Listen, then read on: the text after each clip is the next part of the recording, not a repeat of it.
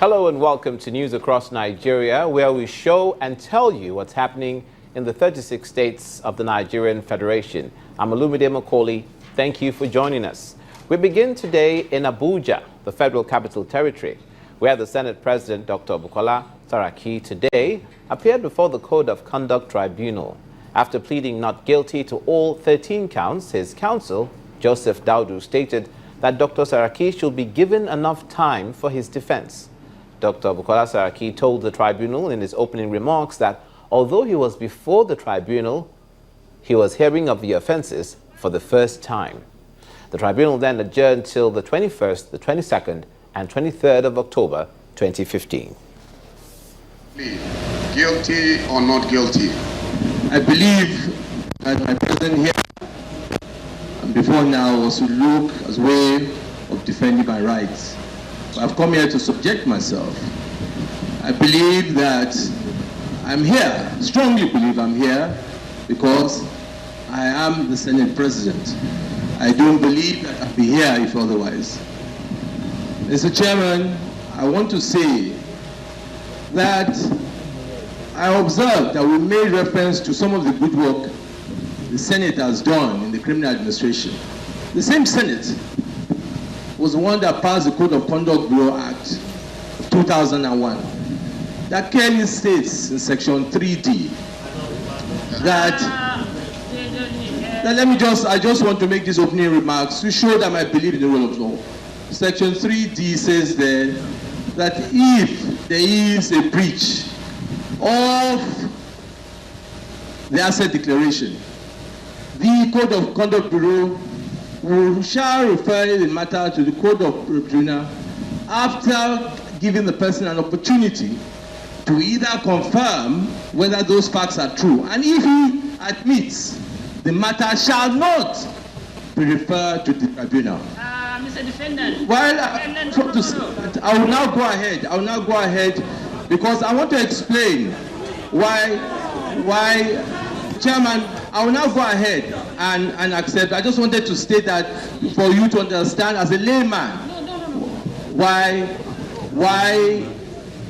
I'm puzzled why I should be before the tribunal. I thought that the Code of Conduct should have first called me according to the law, because we have been talking here about the new Nigeria.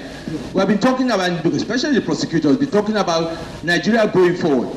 Mr. Chairman, this is the first time, and we are all watching, we are before the new world, not before Nigeria. And we all should be seen to do. I will compare myself with the due process. And that is why I felt that before now, some of those issues need to be raised. So, as stated, I want to state that I am not guilty. Senate President Dr. Bukola Saraki, the continuation of that hearing has been postponed, adjourned, that is, to the 21st, 22nd, and 23rd of October of 2015.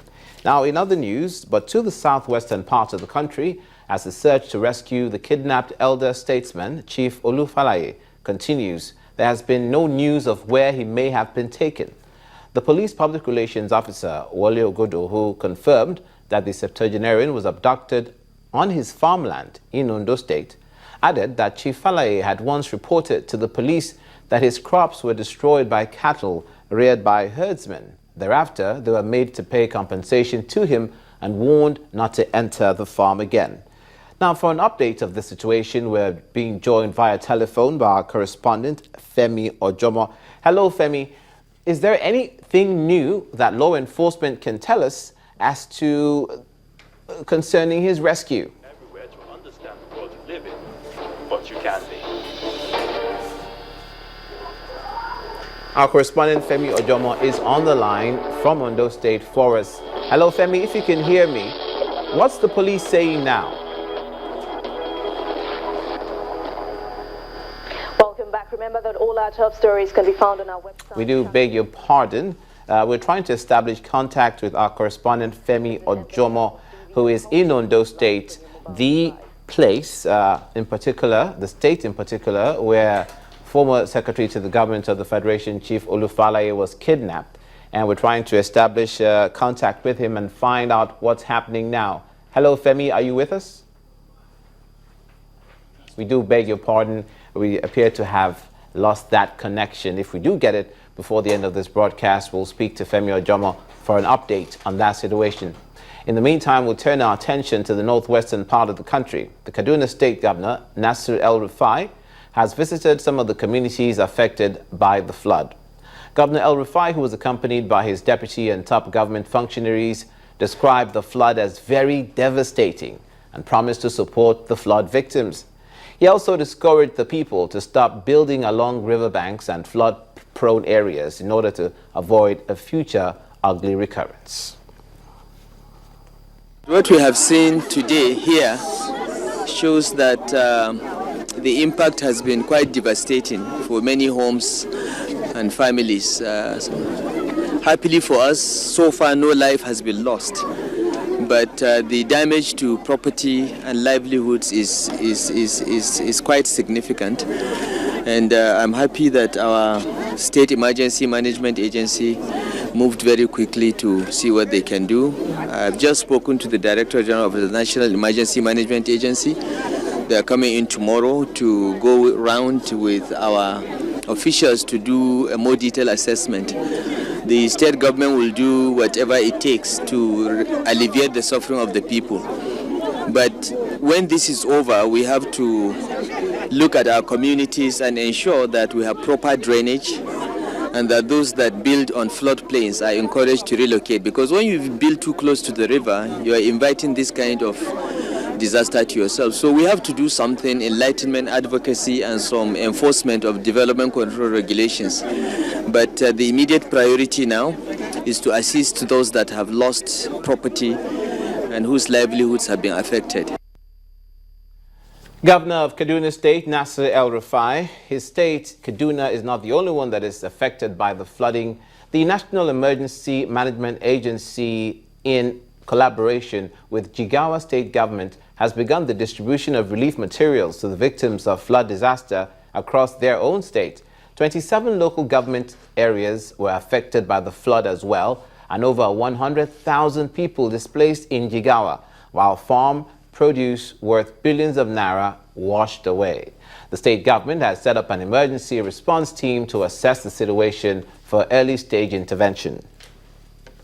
Our town planners are already out there looking for ways and means to see how we can protect this from happening in the future.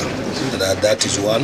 And two, we are liaising with the Federal Ministry of Agri to see, as well as environment, to see how we can use the ecological funds to probably dam these rivers that are overflowing and are affecting the farmers.